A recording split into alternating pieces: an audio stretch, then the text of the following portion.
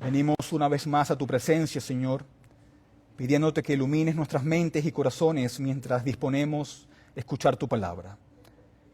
Que en este momento tu Espíritu Santo nos guíe, abra nuestros ojos a las maravillas de tu palabra y que nos dé la sabiduría para aplicarla a nuestras vidas. Permítenos, Padre, no solo ser oidores, sino también hacedores de tu palabra, viviendo en obediencia y reflejando tu amor en todo lo que hacemos. En el nombre de Jesús, nuestro Salvador, oramos. Amén. Pueden sentarse, les invito a abrir sus Biblias en Romanos capítulo 12.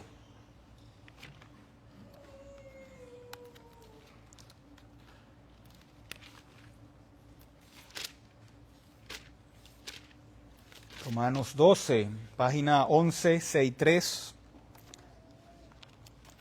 Hoy continuamos, para los que nos visitan, hoy estamos continuando con nuestra serie en Romanos capítulo 12.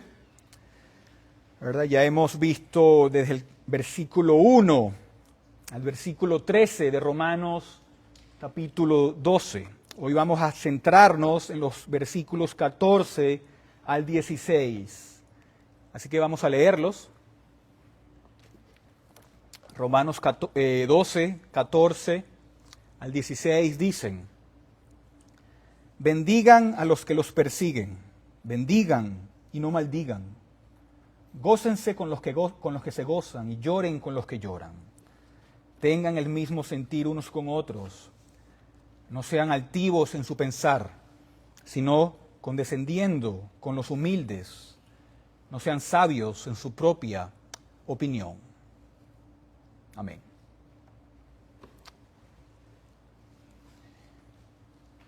La gloria del Dios bendito y la gloria de su maravilloso evangelio se ve en el hecho de que Dios, a través del evangelio, hace lo que es sobrenatural, lo que es imposible para el ser humano. Él va mucho más allá del alcance del hombre natural. El Señor, en el evangelio, en el poder del Espíritu Santo, ¿el qué hace? Él toma estos corazones de piedra, corazones insensibles, corazones que no pueden responder al evangelio. ¿Y qué hace? Pone su espíritu adentro y cambia ese corazón. Les da gracia, les da un principio de gracia, les da nuevos ojos para ver. Dios nos da nuevos oídos para oír. Dios nos da la capacidad de caminar de una manera que le agrada y de una manera que lo glorifica. Y en el curso de ese camino de buscar darle la gloria a Dios, ¿verdad?, tanto hombres como mujeres como niños son subyugados por el evangelio. Los cristianos hacemos cosas que este mundo desconoce. Los cristianos hacemos cosas que el mundo no aprueba, que el mundo odia. Hacemos cosas que el mundo de hecho desprecia y que el mundo también critica. Ahora, en tiempos antiguos, por ejemplo, los filósofos griegos, ellos consideraban como una debilidad mostrar humildad. Si eras humilde, eso era una debilidad. Habrían considerado un defecto mostrar bondad hacia los enemigos. Debías de vengarte. Si mostrabas bondad y amor hacia tus enemigos, eras débil. Y eso, por supuesto, reforzaba mucho la tendencia natural en que les permitía mantenerse en sus propios caminos y en sus vidas depravadas. Pero ¿qué hace el evangelio? El evangelio rompe con eso. El evangelio saca a los pecadores de ese camino. El evangelio los libra de esas trampas y pone sus pies a caminar en otra dirección que le muestra la gloria a Dios. La gloria del evangelio, por supuesto, se encuentra sobre todo en la gloria de nuestro Señor Jesucristo, en Cristo mismo. Es el Señor Jesucristo quien está en el corazón de todo lo que Dios nos ha dado en este evangelio. Y en el Señor Jesucristo encontramos la exhibición más completa de todo lo que le pertenece a Dios y a su gracia que el mundo haya visto. ¿Verdad? Y cuando leemos la palabra de Dios, cuando leemos los 4 evangelios, y vemos estos relatos de todo lo que Cristo hizo y no hizo, de todo lo que Cristo dijo y no dijo, en la forma en la que Cristo respondió a los débiles, a los fuertes, en la forma en que Él respondió a los orgullosos, a la forma en la que Él respondió a los malhechores, en la forma en que Cristo respondía a los que se le oponían a Él, siempre vamos a encontrar algo que es asombroso, algo que es hermoso, algo que es cautivador en la persona del Señor Jesucristo. Siempre vamos a encontrar que Él está lleno de gracia, de amor y de verdad. Y es Cristo y su Evangelio el que está obrando en el corazón del creyente, en el corazón del pueblo convertido de Dios. Y vemos que el contenido del Evangelio, ¿qué hace? Produce también fruto del Evangelio. El Evangelio produce fruto del Evangelio, ¿verdad? El Evangelio nos llega, nos convierte, nos transforma, nos renueva, impacta nuestras vidas, cambiando nuestras vidas y produciendo mucho fruto del Evangelio. Y es en esa sección de Romanos que nos encontramos, en ese fruto del Evangelio. ¿Verdad? Si preguntamos, ¿cómo se ve una vida transformada por Dios? ¿Cómo se ve una vida transformada por el Evangelio? ¿Cómo se ve una vida que ha sido impactada por la gracia de Dios? Ahí lo tenemos, Romanos 12, desde el versículo 1 en adelante. Romanos 12 tenemos instrucciones muy prácticas. En Romanos 12 tenemos instrucciones muy concretas sobre qué es vivir una vida llena de la gracia de Dios, qué es vivir una vida de piedad, qué es vivir una vida de santidad, qué es lo que debemos perseguir, qué es lo que debemos amar, qué es lo que debemos aborrecer, cómo se manifiesta y cómo se expresa una vida que ha sido transformada por Dios. Y ya hemos notado muchas cosas. Y una de las cosas que hemos notado es que esa vida, el fruto de esa vida produce ¿qué? Armonía. Produce armonía dentro de la iglesia. Hemos visto eso en términos de cómo las diversas partes de la iglesia están entrelazadas, están unidas como un solo cuerpo para trabajar como uno, para trabajar como un todo fin, con el único fin de ¿qué? De darle la gloria a Dios. Pero esa armonía también trabaja en el cristiano de manera individual, de manera personal, no solamente de manera colectiva, sino también de manera individual. ¿Por qué? Porque la armonía comienza dentro de cada uno de nosotros, ¿verdad? Como hemos señalado antes. Trabaja desde adentro hacia afuera y cambia al cristiano de manera individual y por ende cambia su interacción con aquellos que lo rodean. ¿Verdad? Primero cambia por dentro de uno y luego cambia con los demás. Y esta mañana continuamos con este tema al llegar a los versículos 14, 15 y 16. 14, 15 y 16. Y comenzaremos con el versículo 14. Con el versículo 14. Primero, el punto número 1, en el versículo 14, vamos a hablar de la caridad. La caridad, y especialmente la caridad que es tratar con amor incluso a aquellos que nos han hecho daño.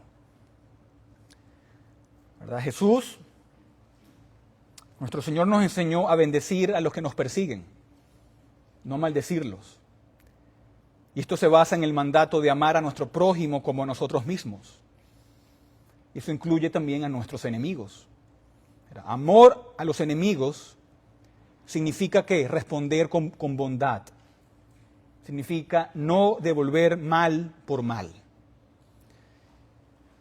Y la persecución hacia los cristianos, ¿verdad? La persecución hacia aquellos que somos cristianos, surge del odio, de la enemistad que el ser humano tiene hacia Dios. Todo ser humano nace en este mundo odiando a Dios. Las personas que no conocen a Dios suelen rechazar su palabra y todo lo que Él representa. Y como no pueden atacar a Dios, ¿verdad? De manera directa, no pueden, dirigir su odio hacia Él, ¿qué hacen? Atacan al pueblo de Dios. Atacan a aquellos que buscan vivir de manera piadosa según sus mandamientos. Y es importante entender que la persecución hacia los creyentes, hacia los cristianos, siempre es injusta y siempre es malintencionada. Nunca hay una razón válida para que el pueblo de Dios, que vive según la palabra de Dios, sea tratado mal. Y esta injusticia puede provocar en nosotros la tentación ¿de qué? De resentirnos y de querer responder de la misma manera, ¿verdad? Atacando o maldiciendo a quienes nos han hecho daño. Pero debemos responder con piedad y con amor en medio de la persecución. Pero eso es difícil. Eso es muy difícil. Especialmente porque vivimos en un mundo que promueve esta mentalidad de víctima. Todos son víctimas hoy en día. Todos se ofenden por algo hoy en día. Hoy en día es común ver cómo se refuerza la idea de que todos somos víctimas y que nuestro resentimiento hacia los demás es algo justificado. Yo tengo justificación para sentirme mal por los demás, por sentirme ofendido. Y esta mentalidad es contraria a lo que Dios nos enseña en su palabra. Como cristianos, no debemos dejarnos llevar por esa forma de pensar. No estamos llamados nunca en la palabra de Dios a ser víctimas, a vernos como víctimas. El cristiano nunca es víctima de las circunstancias. Lo que la Biblia nos llama a hacer es hacer como Cristo. Es hacer como Cristo. ¿Quién respondió el mal con qué? Con bien. Cuando adoptamos una actitud de amor y de bendición hacia nuestros enemigos, estamos reflejando el carácter de Dios. ¿Verdad? No solamente estamos respondiendo de una manera que agrada a Dios, sino que también estamos mostrando su gracia a quienes nos rodean, incluso a aquellos que nos persiguen. ¿Verdad? Debemos de recordar que nuestra verdadera identidad está en Cristo y que estamos llamados a vivir de una manera diferente, amando incluso a quienes nos tratan mal, amando incluso a nuestros enemigos. ¿Por qué? Porque así entonces demostramos el amor de Dios al mundo. ¿Verdad? Recuerden cómo empezó este capítulo. En el versículo 1 dice, no se conformen a este mundo, no se conformen, no se amolden a este mundo, sino transfórmense mediante la renovación de su mente para que puedan comprobar cuál es la buena voluntad de Dios, agradable y perfecta. El cristiano, según ese versículo, debe resistir las influencias del mundo y una de las más evidentes es la mentalidad de víctima. Hoy en día se promueve la idea de que todos somos víctimas y siempre tenemos razones para sentirnos así. Y esto lleva a pensar que debido a nuestra condición de víctimas, los demás nos deben algo. Los demás nos deben algo, ya sea respeto, ya sea reconocimiento, ya sea algún tipo de compensación, ¿verdad? Por eso existen tantas demandas hoy en día. Todo el mundo demanda a todo el mundo porque me deben algo. Soy víctima de esta situación. Y esa mentalidad puede convertirse en una herramienta peligrosa, ¿verdad? Y aunque no nos vamos a enfocar en todos los detalles ahora, es importante entender que esta actitud de víctima se puede usar como una forma de poder o de control sobre otros.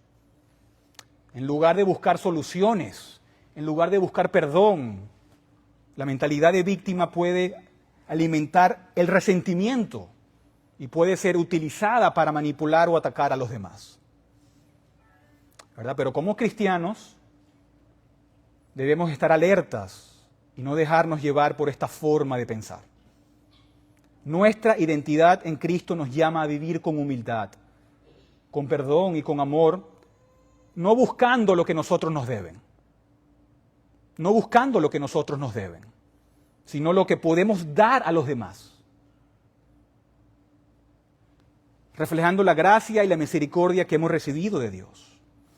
Y esta mentalidad de víctima es aún más dañina porque nos lleva a excusar nuestra propia responsabilidad.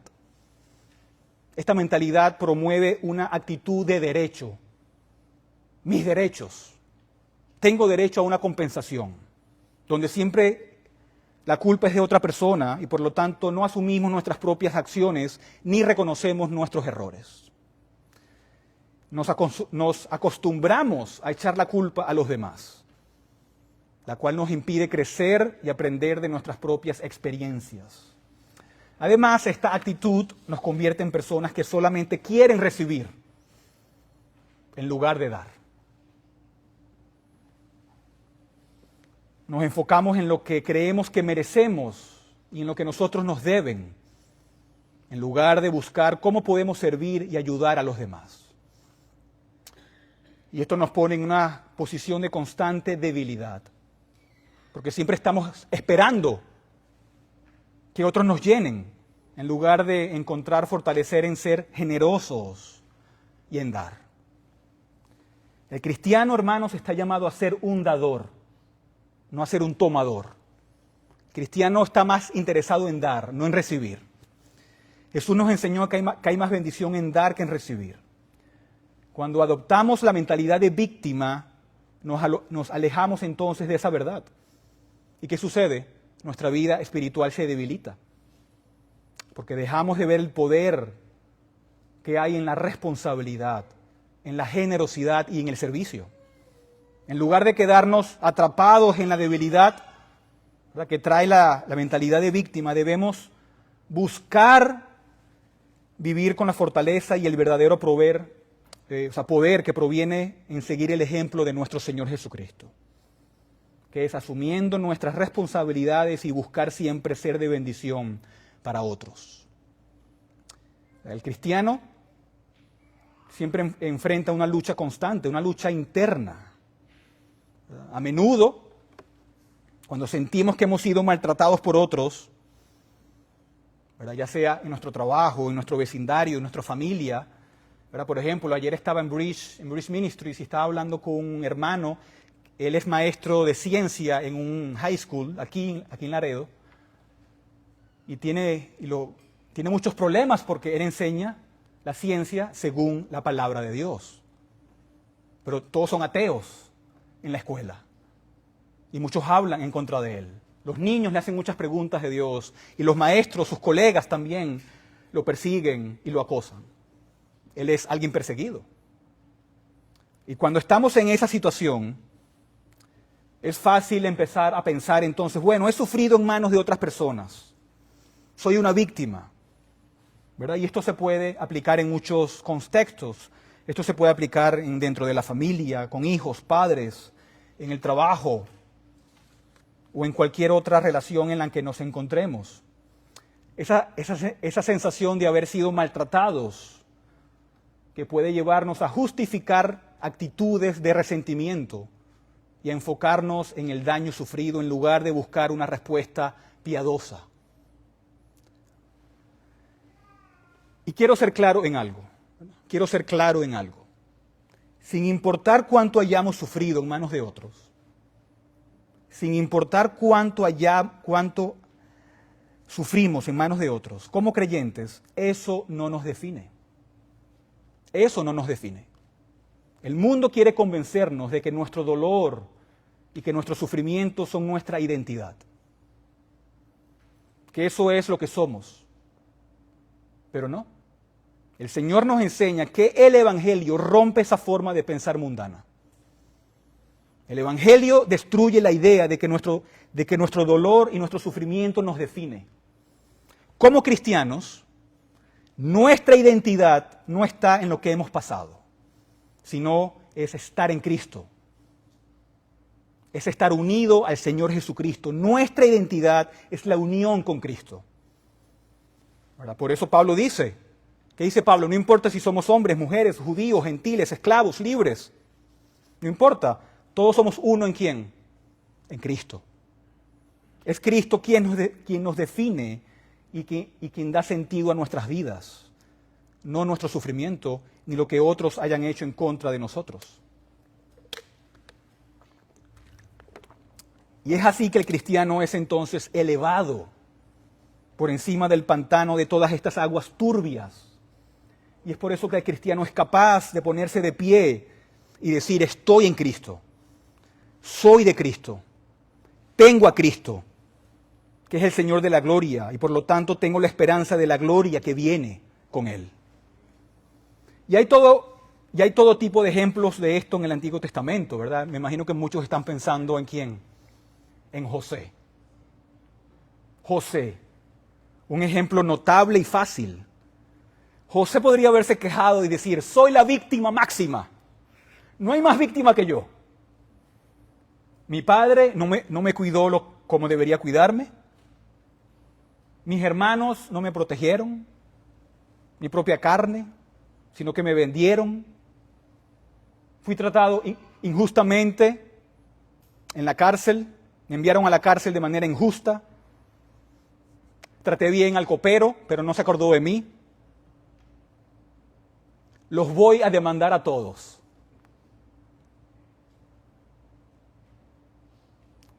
Y alguien podría decir, claro, José es víctima de todas estas cosas. Toda su vida ha sido desviada porque ha sido sometido a los males de otros. Pero José no lo ve así. José no lo ve así. José nunca juega esa carta. José nunca tiene esa mentalidad mundana. José nunca cede a eso. Nunca dice, bueno, voy a actuar y a pensar como un mundano y a hablar como un mundano. No lo hace. De hecho, todos sabemos cuando llegamos al final de Génesis, José reconoce, ¿verdad? Reconoce que lo que le hicieron sus hermanos fue malo. ¿Verdad? No estamos diciendo que no podamos reconocer lo que las otras personas nos hacen, sí podemos reconocerlo. José no está socavando o está minimizando la realidad de las circunstancias. José les dice, ustedes me trataron injustamente, lo que ustedes hicieron estuvo mal, y José lo reconoce. Es maldad, son culpables de sus acciones, pero no es ahí donde José pone el énfasis. No es ahí donde José se concentra. Recae en el hecho de que lo que hicieron ustedes y que son culpables de ello, era Dios gobernando y superando todas esas circunstancias. Era Dios obrando en cada uno de estos eventos para cumplir sus propósitos.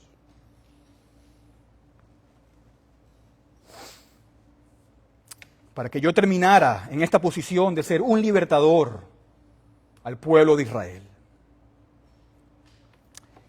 Y lo mismo debe ser cada creyente. Lo mismo debe hacer cada creyente. No minimizar las circunstancias, pero reconocer que es Dios quien está detrás de todas las cosas. Ya sea cual sea nuestra historia, ya sea cual sean nuestras circunstancias, los eventos individuales, ¿verdad? Todos nuestros eventos es como, todo lo que pasa en nuestra vida es como un trampolín. Cada uno de ellos es como un trampolín que nos lanza más arriba para ver más la gloria de Dios. Que es Dios quien está trabajando de manera providencial para darle la mayor gloria y para contribuir con el mayor bien a su reino. El cristiano vive de esa manera, no como víctima. No hablamos así. No piensa de esa manera. No piensa como el mundo.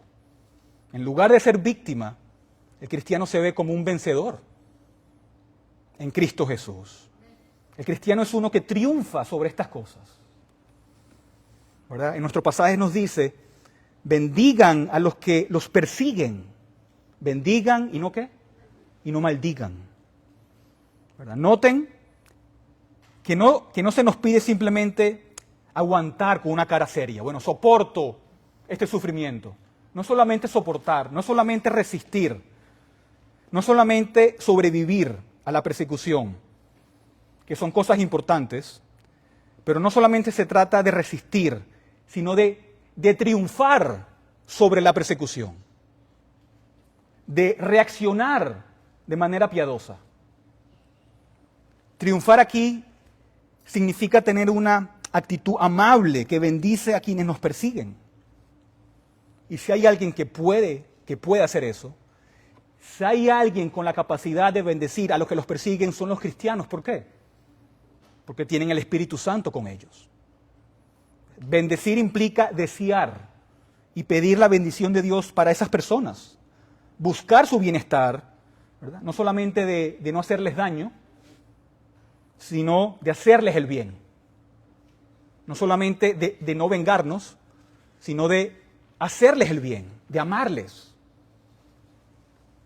Y el texto enfatiza, no maldigan, no maldigan.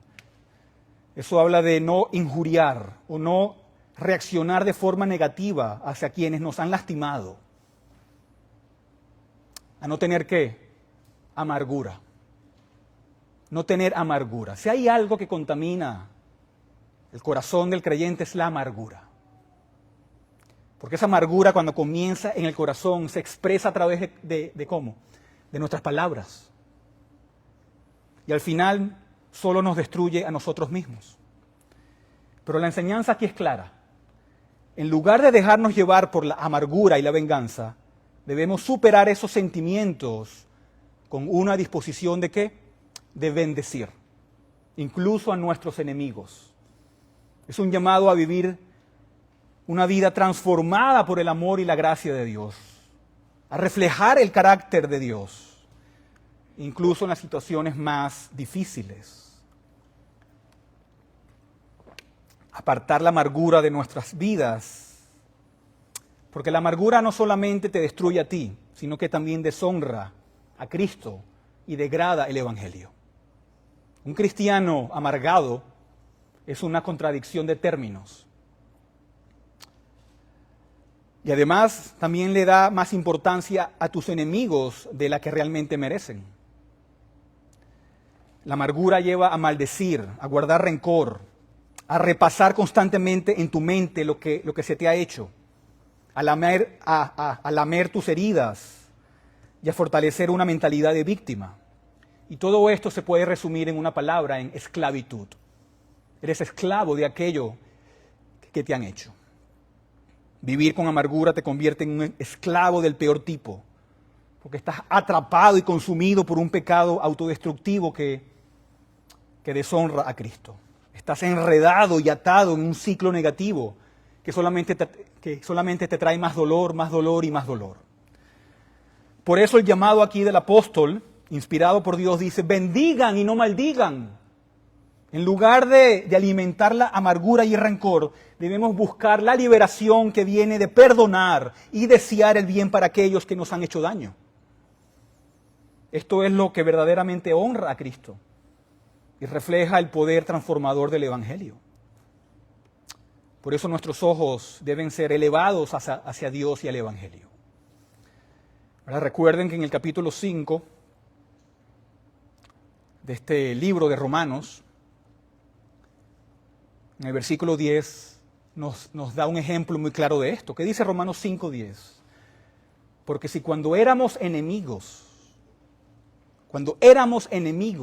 fuimos ¿qué? Reconciliados con Dios por la muerte de su Hijo, mucho más siendo reconciliados seremos salvos por su vida. Y ese es el ejemplo máximo, ¿verdad? Aquí el Señor, ¿qué está haciendo? Está viniendo a los enemigos, está viniendo a aquellos que lo maldijeron, aquellos que lo deshonraron, aquellos que lo desobedecieron, aquellos que lo desafiaron, aquellos que dejado a su propio pecado, repudiaron todo lo que pertenecía a Dios y que vivieron vidas llenas de pecado contra Él. Y los bendice. De hecho, en el versículo 8 dice, el Señor mostró su amor hacia con nosotros en que mientras aún éramos pecadores, Cristo murió por nosotros. Y luego, y también en el versículo 6, porque cuando aún éramos débiles, a su tiempo Cristo murió por los impíos. Aquí tenemos al Señor viniendo hacia los pecadores más feos, más hostiles. Está viniendo a los pecadores que han caído en Adán, que han vivido todos sus días en pecado, que han usado sus cuerpos y sus recursos en oposición a Él. Y el Señor viene en el Evangelio, Él viene a los elegidos y los transforma. Muestra su amor, los conquista y los ama, y pone su gracia sobre ellos y los atrae. Los atrae hacia sí mismo. Está viniendo a aquellos que no quieren nada que ver con Él. Y está obrando por su Espíritu Santo y hacerlos dispuestos a que vengan a Él. y les da la fe, les da el arrepentimiento y los vuelve hacia sí mismos. Y este es el Señor, nuestro Dios, que ve a los pecadores necesitados, a sus enemigos, no maldiciéndolos. ¿Verdad? Tenemos también esta enseñanza en Mateo 5, en el Sermón del Monte, Mateo 5, lo tenemos muy claro, versículo 44 en adelante, pero yo les digo, amen a sus enemigos y oren por los que los persiguen. ¿Para qué?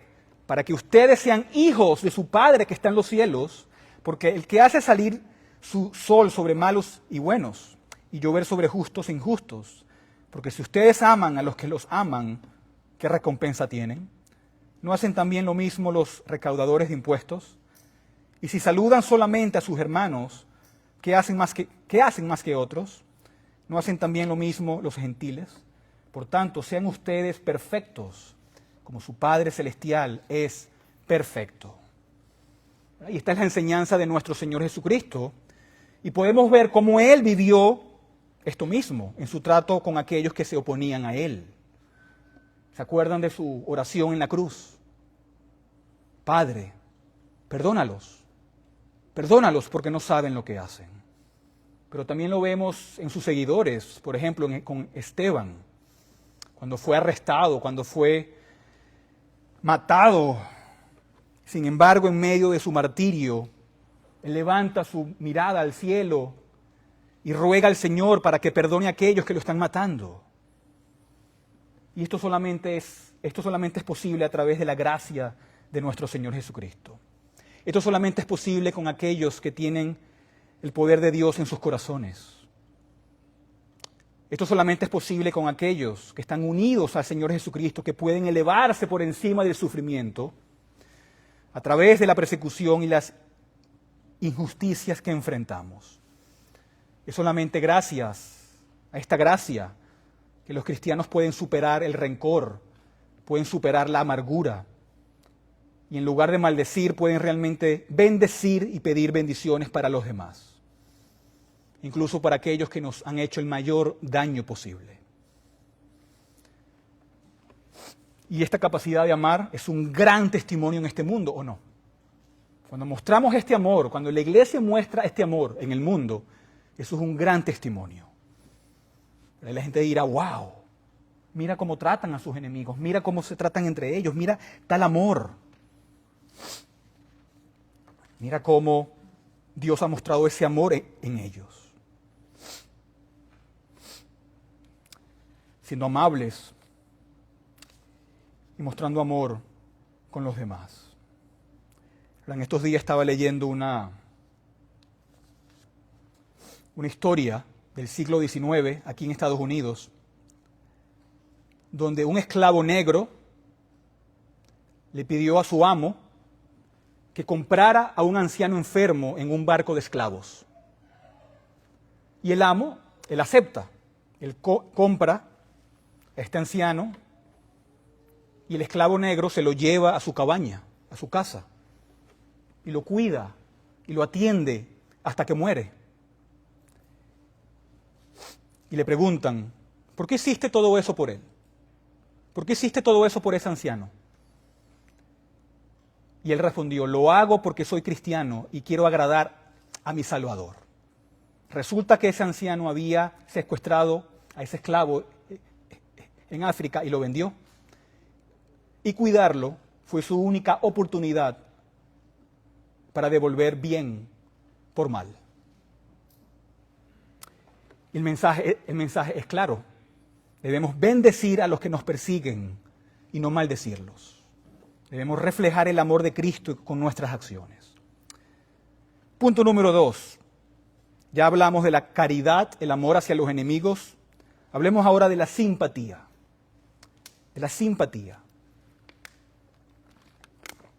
Versículo 15 dice, gócense con los que se gozan y lloren con los que lloran. Ahora el apóstol nos invita a alegrarnos con los que están alegres y a llorar con los que lloran. Y piensa cómo esto se aplica. Ahora no olvidemos el contexto, no olvidemos las conexiones en nuestro texto, recuerda el versículo 5 que dice, siendo muchos, somos un solo cuerpo en Cristo y todos miembros los unos de los otros. ¿Verdad? Vimos esta sección de que cada creyente tiene una participación, tiene una propiedad, tiene un derecho en los dones de los demás, en los dones espirituales de otros miembros en la iglesia. Así que este único cuerpo, compuesto de muchos miembros, tiene una participación conjunta en todo esto. Y eso debemos de recordarlo. Luego, si continuamos en el pasaje, vimos también en el versículo 13 que debemos de compartir para las necesidades de los santos. Allí vimos que debemos identificarnos con las necesidades prácticas de nuestros hermanos en Cristo. Nos identificamos con ellos y buscamos aliviar y ayudar a aquellos con quienes estamos unidos, con quienes somos uno, para ayudar a aquellos que están en necesidad. Y ese mismo principio fluye aquí. Ese mismo principio fluye aquí. Aquí Pablo está yendo, en cierto sentido, aún más lejos, aún más profundo, está yendo más profundamente en el corazón del cristiano, ¿verdad? Ya no está hablando solamente de nuestros dones, sino está hablando de las necesidades tangibles dentro del cuerpo de Cristo, y está llegando a nuestras emociones, ¿verdad? Está llegando a nuestros sentimientos, a gozarnos, a llorar. Sabemos que nuestro gozo debe estar en el Señor, ¿verdad? En Filipenses 4 Pablo lo repite diciendo que nuestro gozo está en el Señor. Lo vemos también, por ejemplo, en los Salmos. Así que es un gozo en el Señor, es un gozo delante del Señor.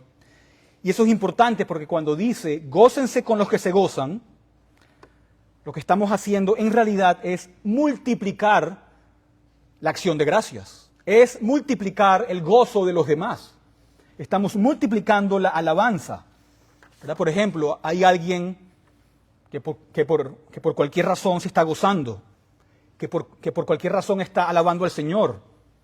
Bueno, multipliquemos ese gozo, multipliquemos esa alabanza. ¿Cómo? También haciendo lo mismo por él o por ella, ¿verdad? Unámonos en un solo gozo y en una sola alabanza.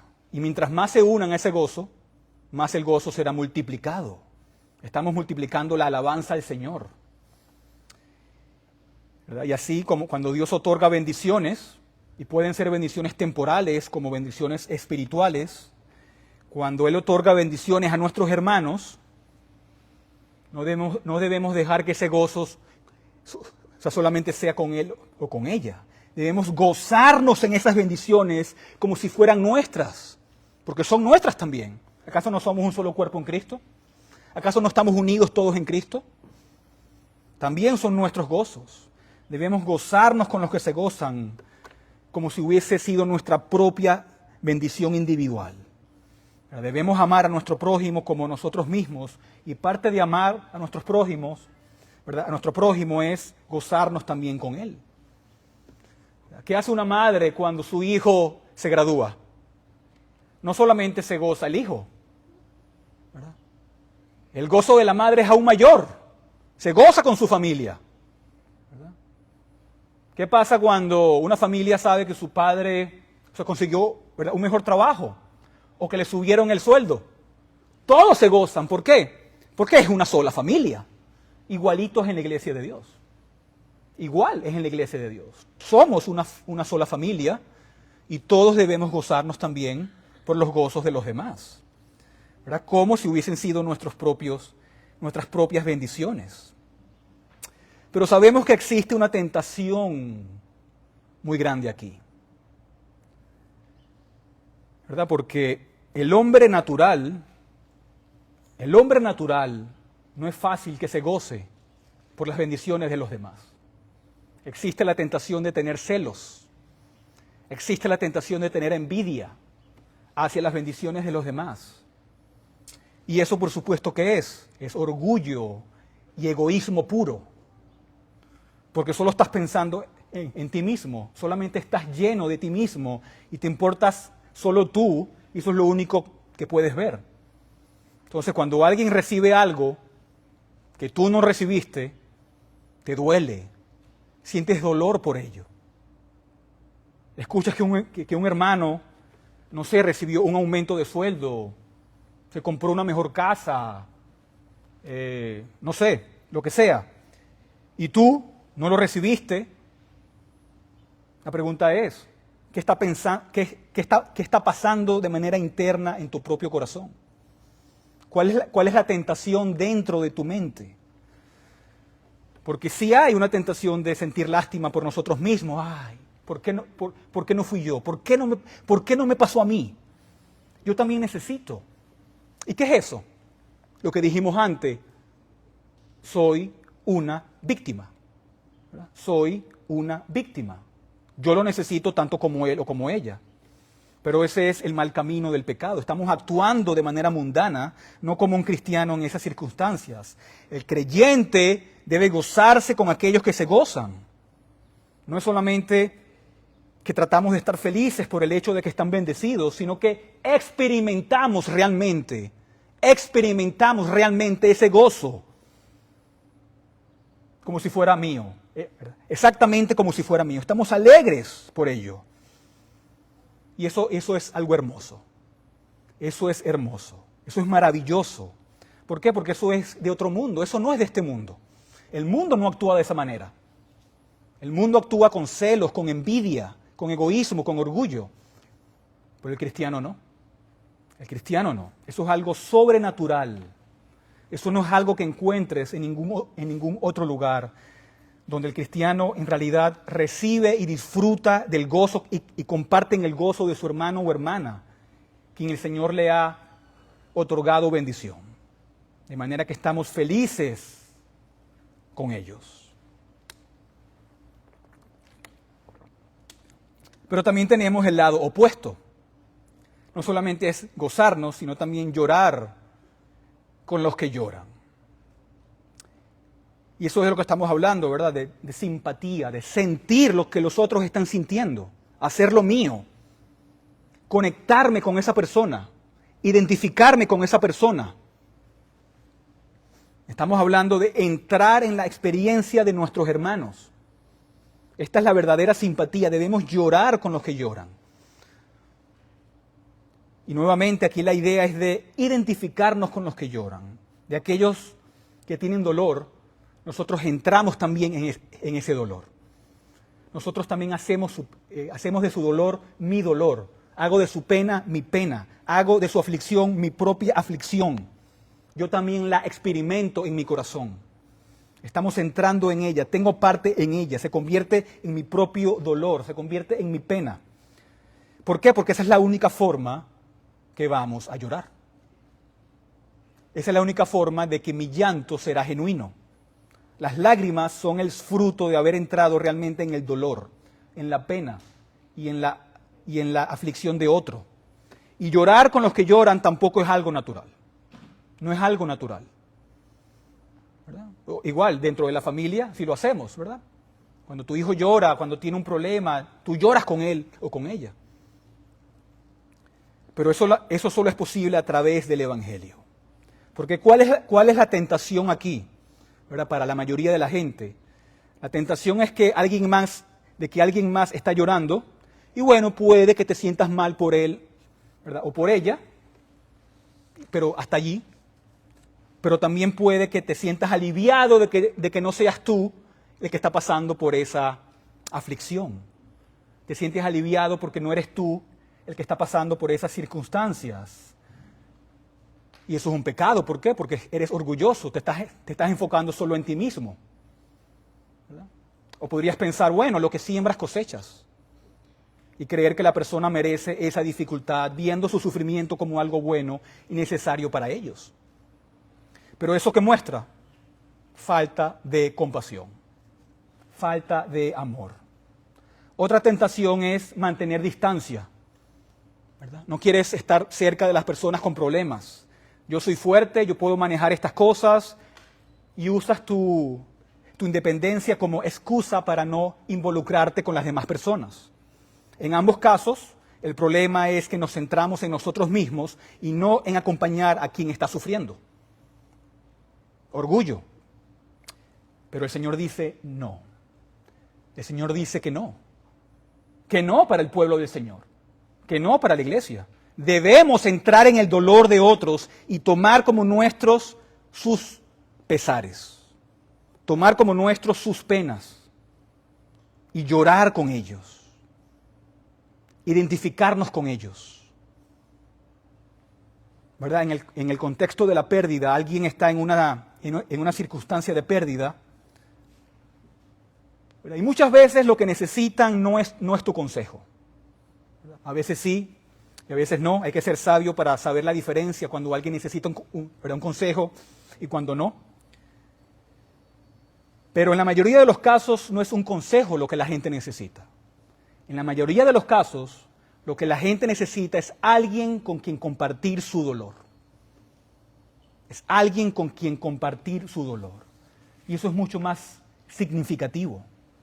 Para dar consejos puede ser útil, pero compartir el dolor de alguien puede ser algo mucho más valioso. Porque estás dándole un alivio, estás tomando parte de su dolor y le estás demostrando a esa persona, no estás sola. No estás solo.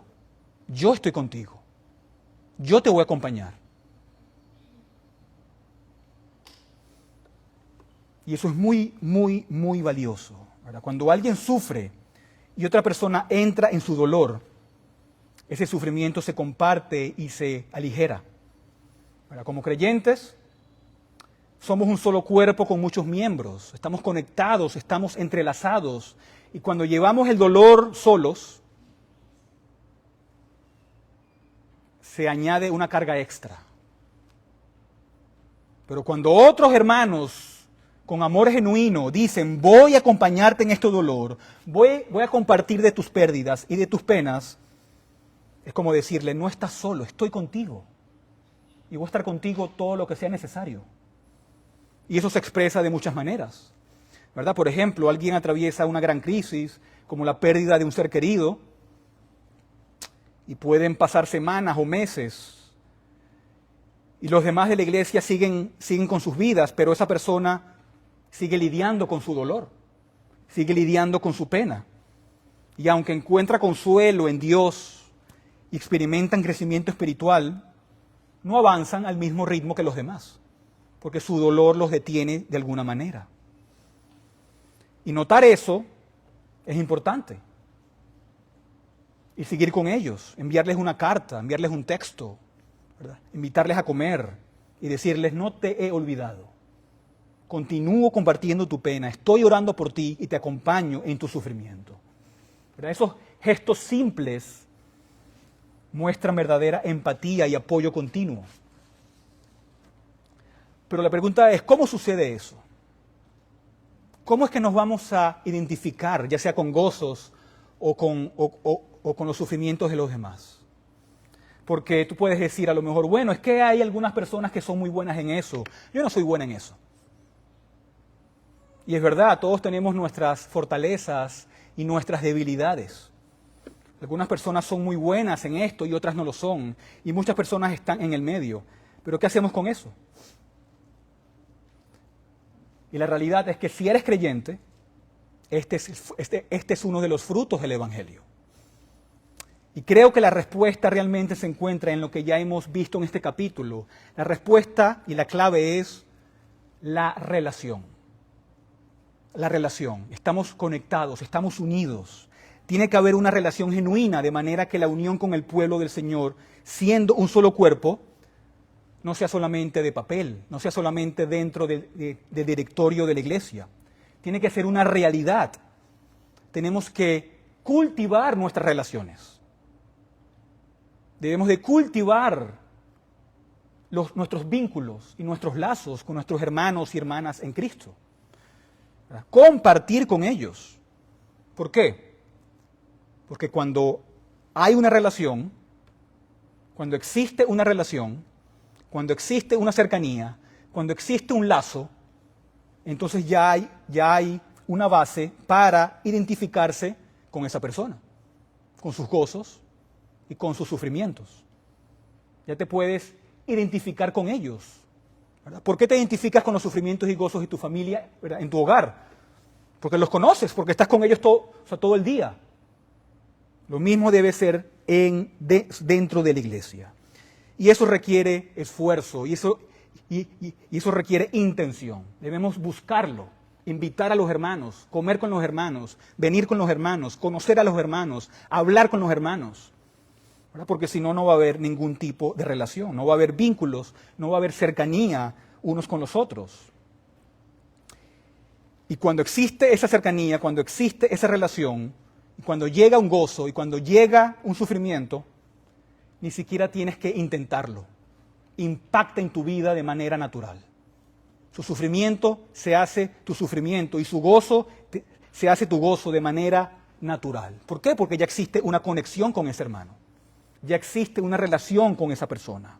¿Verdad? Si estamos realmente involucrados con nuestros hermanos, aunque nadie más lo sepa, si estamos orando por ellos, si estamos recordándolos, si estamos luchando en oración delante del Señor por ellos, si estamos invirtiendo nuestras vidas en ellos con acciones concretas, si estamos sirviendo a ellos, estamos conversando, estamos mostrando amor, entonces esa relación se convierte en todo lo contrario a algo distante y algo frío. Va a haber una relación. Y es precisamente ese tipo de conexión y compromiso lo que crea entonces el contexto de poder llorar con los que lloran y poder compartir sinceramente sus penas y sus alegrías. Pero pasemos ahora al punto número 3, y es la humildad. La humildad. Versículo 16, que dice: tengan el mismo sentir unos con otros. No sean altivos en su pensar, sino condescendiendo, en la Reina Valera dice, asociándose con los humildes. No sean sabios en su propia opinión.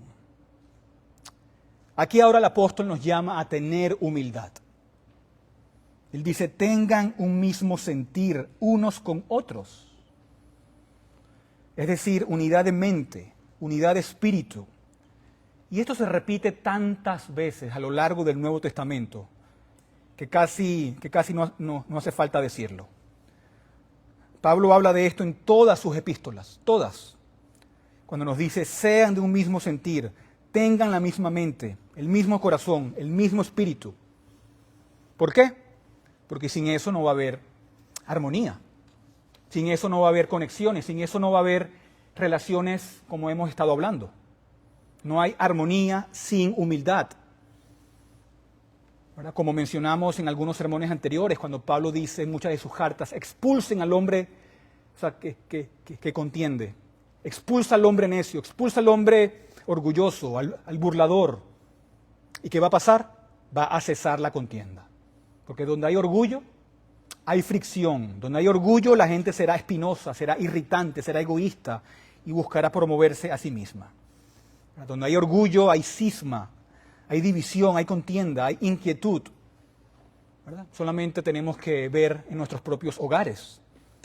El matrimonio, el vecindario, el lugar de trabajo. En donde cuando no hay orgullo, cuando no hay humildad y hay orgullo, no hay armonía, no hay paz, no hay tranquilidad. Aquí lo que el apóstol Pablo nos está hablando es de concordia de pensamiento hacia los demás, con la idea de la armonía, concordia de pensamiento en la forma en que pensamos unos de otros y hacia los demás. Y dice que esto debe ir acompañado de humildad, ¿verdad? No siendo ¿qué? Altivos. No piensen en cosas altas de ustedes mismos, ¿verdad? Sino asóciense con ¿quiénes? Con los humildes. No sean sabios en su propia opinión. No crean que sus opiniones son las más importantes, ¿verdad? La humildad es lo opuesto a ser ¿qué? A ser altivo. Es lo opuesto a la ambición vana. Es lo opuesto a buscar posición, a buscar influencia, poder y todas esas cosas, ¿no? El Señor nos dice, se trata de humillarse uno mismo, en asumir una condición humilde, y eso significa incluir tareas humildes. Sentirse a gusto y cómodo con las tareas humildes. Y esto se manifiesta en muchos lugares. ¿Verdad? Por ejemplo, el apóstol Pablo nos dice en Filipenses 4, no hablo porque tenga escasez, porque he aprendido a contentarme cualquiera sea mi situación. ¿Verdad? Sé tener escasez, soy feliz cuando tengo escasez y también soy feliz cuando tengo mucho. He aprendido a estar en pobreza, he aprendido a estar cómodo cuando no tengo nada. Lo acepto y abrazo lo que el Señor está haciendo con eso. ¿Verdad? Y debemos tener el mismo sentir. Aquí el apóstol nos habla de condescender. Nuevamente, esto no es natural al hombre de este mundo aparte del Evangelio.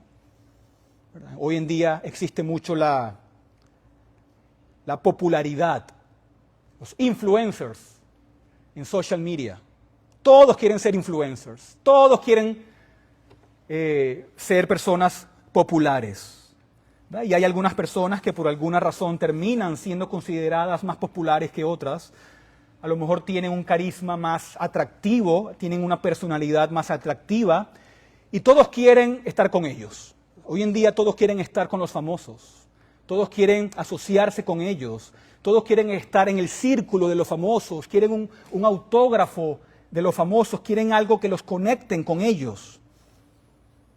Pero aquí el Señor nos está diciendo no son con ellos con quienes te tienes que asociar. Es con los humildes. Con los humildes son con aquellos con quien te tienes que asociar. ¿Y quién es el más humilde? Que dijo nuestro Señor en Mateo 11, yo soy manso y humilde de corazón. Yo soy manso y humilde de corazón. Aquel que es el Rey de gloria, el Rey de todas las cosas, que se humilló tomando forma de siervo. ¿Verdad? Como nos dice también Jeremías 45:5, ¿buscas grandes cosas para ti mismo? No las busques. No las busques.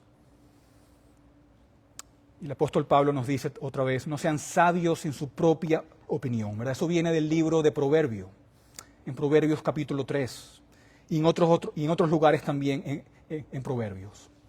No seas sabio en tu propia opinión, no seas sabio en tus propias ideas, no te llenes de tus propios pensamientos. ¿Verdad? Esta es la persona que estima su propio juicio como superior al de las opiniones de los demás. Son aquellas personas que siempre tienen una opinión sobre las cosas y creen que sus opiniones son las más importantes. Pero estas son las personas que terminan siendo impenetrables, que no son enseñables. No puedes apelar a ellos, no puedes interactuar con ellos, no puedes relacionarte con ellos. ¿Debido a qué? Debido a su arrogancia y a esa repulsiva disposición. ¿Verdad? Todo lo contrario a lo que el Señor nos está diciendo aquí en Romanos capítulo 12. Y la arrogancia, ¿verdad? Si la arrogancia es difícil de tratar, imagínate cuando se mezcla con ignorancia. Todavía es más difícil de tratar. El Señor nos está diciendo, caminemos como siervos, caminemos bajos delante del Señor, caminemos conscientes de nuestras propias insuficiencias, caminemos conscientes de nuestra propia pecaminosidad, conscientes de nuestra necesidad del perdón del Señor, conscientes de la dependencia que tenemos de Él, estimando a los demás más altos que a nosotros mismos.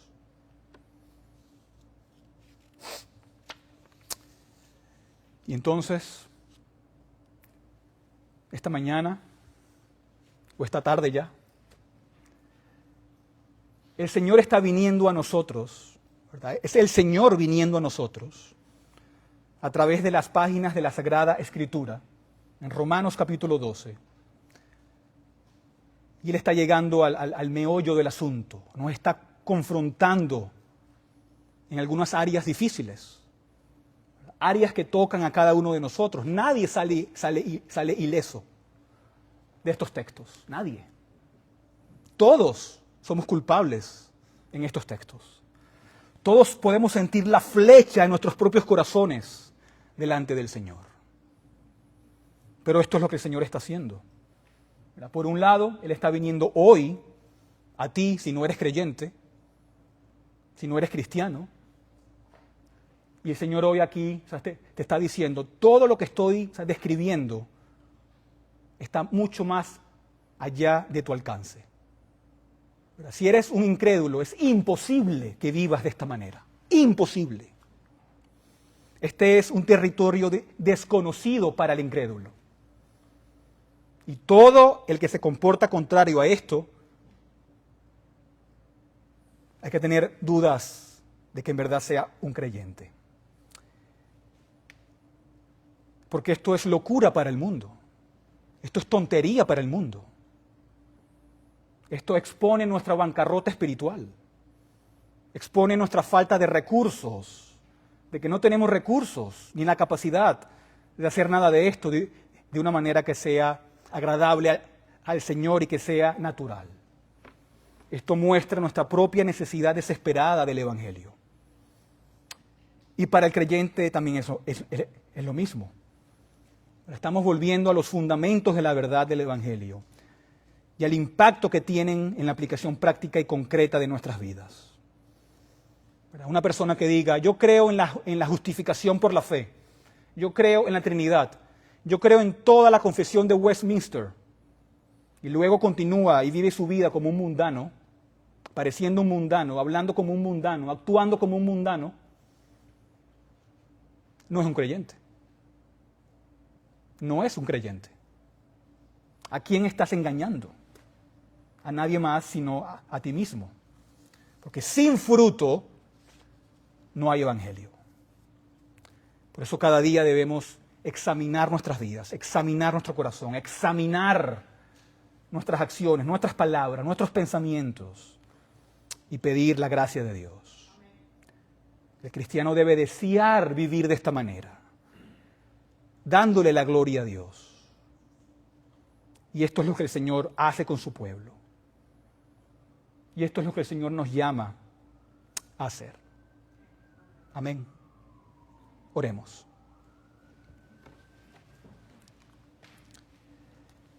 Oh Padre Celestial, te damos gracias, Señor, por tu palabra y por la enseñanza que hemos recibido hoy.